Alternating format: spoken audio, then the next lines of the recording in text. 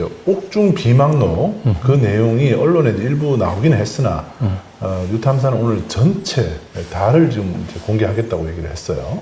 예. 어떤 내용이 담겨 있습니까? 왜 그러냐면 이게 지금 술자리 그 뭐 파티 여부가 있었냐 없었냐 지금 여기에 너무 초점을 맞추는 건 오히려 물론 중요합니다만 자칫 좀 지역적인 논쟁으로 흘러갈 수 있습니다. 중요한 건 진술 조작, 증언 회유 그 과정에서 검찰 또는 김성태와 쌍방울 어떤 회유가 종합적으로 있었느냐 여부인데 그거를 입체적으로 이해하기 위해선 이화연 전 경기도 평화부지사가 얼마나 오랫동안 이 사건을 스스로 기록해오고 알리려고 노력했는지를 살펴보면 되는데 이분이 물론 이제 법정에 나와서 그런 것들을 밝히기도 했습니다만 본인이 이제 구치소에서 이거를 몇 개월 동안 차례차례 다 기록을 한 비망록이 있습니다. 예, 그거를 전체적으로 다 읽어보시면 이화영 전 부지사가 과연 정말 재판에서 이기기 위해서 거짓말을 단발적으로 하고 있는 것인지 예, 한번 좀 여러분이 직접 좀 판단하실 수가 있을 겁니다. 특히 이 비망록은 이제 검찰 주장은 최근에 들어서야 갑자기 이런 주장을 한다라고 이야기를 하지만 그게 아니라 이게 비망록 작성 시기가 2023년 6월부터 12월까지거든요. 예, 그러니까 6월 달에 결정적으로 그때 이제 이재명에 대한 어떤 허위 자백이 이루어지기 시작하고 그때부터 이화영 씨가 하나하나 기록을 하기 시작한 겁니다. 이 작성 시점이 이게 최근이 아니라는 점을 먼저 말씀을 좀 드리겠습니다. 총 21페이지입니다. 김성래가 체포된 이후 2023년 2월, 3월을 지나면서 방용철, 안부수의 거짓 진술과 증언이 시작되었다. 김성태는 대북 송금을 이재명과 경기도를 위해서 했으며 나하고 상의하였다고 진술하였다. 법인카드 제공 경위에 대해서는 애매한 입장을 보였다. 방용철과 안부수로 김성태의 진술에 맞추어 대북 송금은 이재명과 경기도를 위해서 했으며 나하고 늘 상의하였다고 허위 진술을 시작하였다. 김성태 체포 이전에는 법인카드는 문승옥에게 주었다. 북한과의 접촉은 이화영과 경기도와 무관하게 진행되었다. 김성태와는 오래전부터 아는 사이이며 이화영이 소개한 것이 아니다는 진술을 했었다. 김성태, 방용철이 나를 압박하기 위해 만들어낸 허위 진술을 시작하였다. 예를 들면 부지사 재직 시절에 현금을 제공하였다. 경찰관 인사 청탁을 하면서 돈을 주었다는 등의 진술이었다. 검찰이 나와 관련한 사람들, 가족, 주변, 지인 등에 대한 전방위적인 압박과 수사를 시작하였다. 검찰의 가족 및 주변 지인에 대한 압박이 점점 심해졌다. 내가 대북 송금을 인정하면 주변 조사도 안 하고 재판받는 것도 처벌받지 않을 수 있을 것이라는 뉘앙스를 주기 시작하였다. 2020년 3월 말, 갑자기 조사자가 박상용 검사에서 송민경 부부장 검사로 바뀌었다. 송민경 검사는 매우 격양. 3인 성호가 아니라 30인 성호가 만들어지고 있었다. 나는 정말 무력한 느낌이 들었다. 이들은 없는 죄를 만들고 있다는 생각이 들었다. 스마트팜 등 관련 사안을 방용철, 안부수, 쌍방울 직원, 김성태 주변 사람들이 검찰에 갔다 온 후 한결같이 허위 증언을 하는 걸 지켜보면서 나는 잘못하면 크게 엮이겠다는 겁을 먹었다. 2023년 5월 들어서는 거의 매일 검찰 출석을 요구받았다. 나는 검찰의 압박과 김성태 등의 허위 조작 진술, 주변 지인들에 대한 검찰의 수사, 가족에 대한 공격, 관련자들의 법정에서의 거짓 증언 등으로 심리적 공황 상태에 빠져들었다. 검찰에서는 나와 김성태, 나와 방용철 그리고 김성태 변호인과의 면담도 주선하였다. 김성태는 면담에서 형님 평생 징역 살 수도 있어요. 이재명은 어차피 끝났어요. 검찰 말 듣고 협조해서 빨리 나갑시다. 형님이 이재명 보호한다고 누가 알아주지도 않아요. 라고 말했다.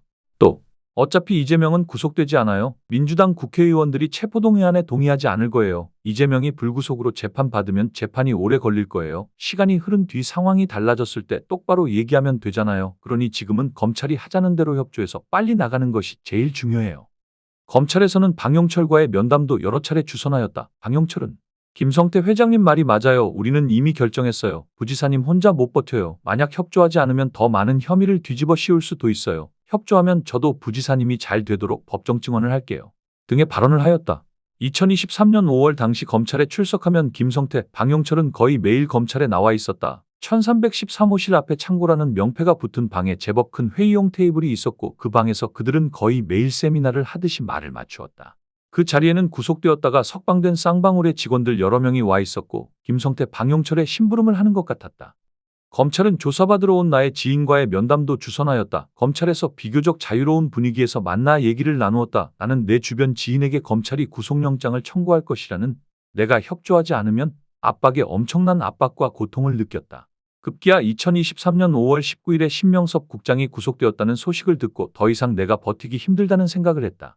박상용 검사는 스마트팜 비용과 이재명 지사의 방북 비용을 쌍방울에 김성태가 대납해 준 것을 인정해달라. 부지사님이 그렇게 진술해도 이재명 대표가 구속되지는 않을 것이다. 그렇게 진술하지 않으면 우리는 부지사님을 주범으로 기소할 수밖에 없다. 김성태 등 쌍방울 관련자들이 잘 협조하고 있어서 부지사님은 절대 무죄가 되지 않을 것이다. 법정에서 부지사님 변호인들의 변론은 내가 보기엔 잘못하고 있는 것이다. 김성태 변호사들과 얘기 잘했는가? 내가 부지사님을 지켜드리고 싶은데 시간이 별로 없다. 빨리 입장을 확실히 해야 한다고 말했다. 나는 2023년 5월 김성태의 대북송금 흐름을 이해하고 있었고 이재명 지사에게 김성태가 돕고 있다는 취지의 말씀을 드린 기억이 있다. 는 진술서를 박상용 검사에게 제출하였다. 박상용 검사와 면담 보고용 형식이었다. 위 진술서 작성부터 2023년 5월 20일경부터 2023년 6월 말까지 거의 매일 주말 포함 검찰의 출석 요구를 받았다. 나는 박상용 검사에게 위에 진술한 정도 외에는 어떠한 얘기도 못하겠다고 했다. 그러자 다시 1504호에서 별건 수사를 하겠다고 했다. 박상용 검사는 이런 진술서 갖고는 상부에서 안 된다고 한다. 더 구체적으로 조사해야겠다. 그러지 않으면 내 선에서 도움을 줄 수 없다. 형량이 제일 무거운 특가법 위반 뇌물죄로 김성태가 잘 얘기할 수 있고 증거인멸교사도 당연히 잘 얘기될 것이다. 이재명 제3자 뇌물죄 방조범으로만 약하게 끝낼 수 있다고 말했다.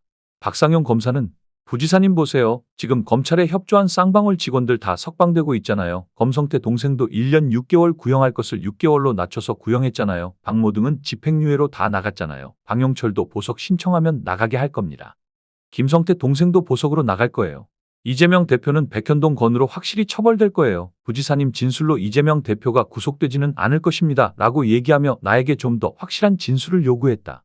나는 박상용 검사에게 김성태의 스마트팜 비용 대납은 전혀 모르는 일이다. 다만 이재명 지사의 방북과 관련해서는 협조를 요청한 바가 있다. 이렇게 진술하면 되겠느냐고 제안했고 박상용 검사는 좋다고 하였다. 2023년 6월 9일 1125호, 1505호에서 계속 출석 요구를 하면서 압박한다. 이재명 대표에게 대북송금과 관련한 내용을 공유했음을 진술하라고 압박한다. 박상용 검사, 부지사님이 제대로 진술하지 않아서 나도 힘을 쓸 수 없다. 내 선을 떠날 것 같다. 시간이 없다. 오늘 송민경 검사에게 조사받으시라. 상부의 압박이 심하다.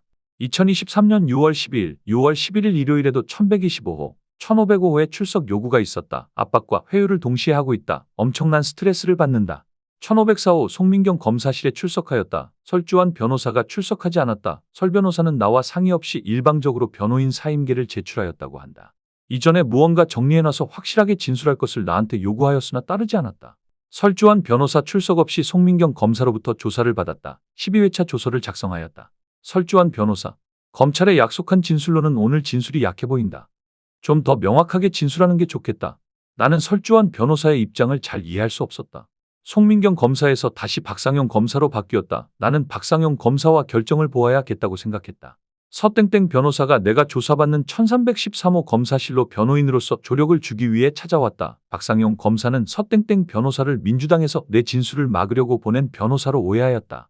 변호사가 없으면 내 진술이 검찰의 회유와 압박에 의한 것으로 보여 가능한 변호사 배석하에 진술하도록 했었던 이전의 태도에 비해 이날 박상용 검사는 서땡땡 변호사의 조사 배석을 강하게 막았다.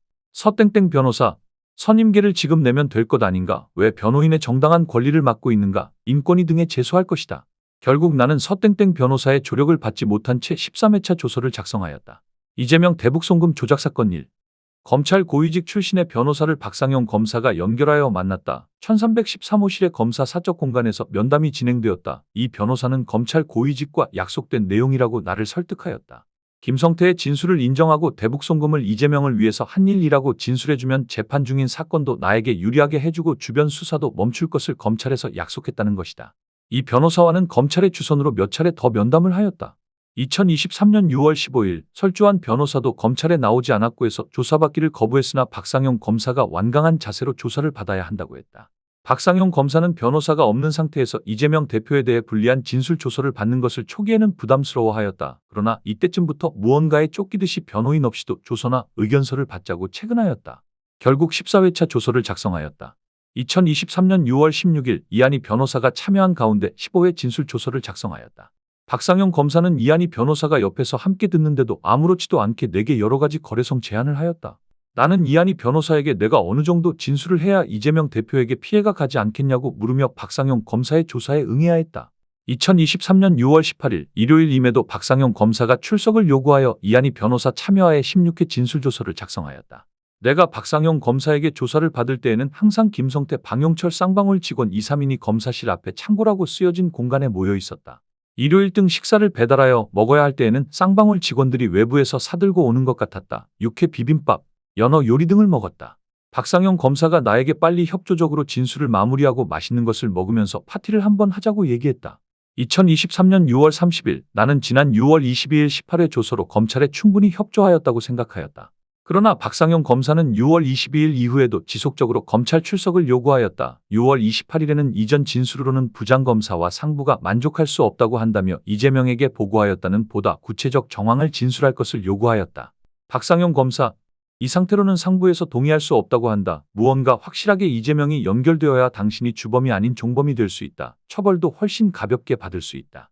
지금 재판받고 있는 것도 잘 해결될 수 있다. 보석이나 구속기간 만료로 나가서 불구속 상태로 재판받을 수 있다. 검찰이 그렇게 할 수 있다. 시간이 정말 없다. 오늘이 마지막이다. 결정하라고 최후 통첩식이 압박을 하였다.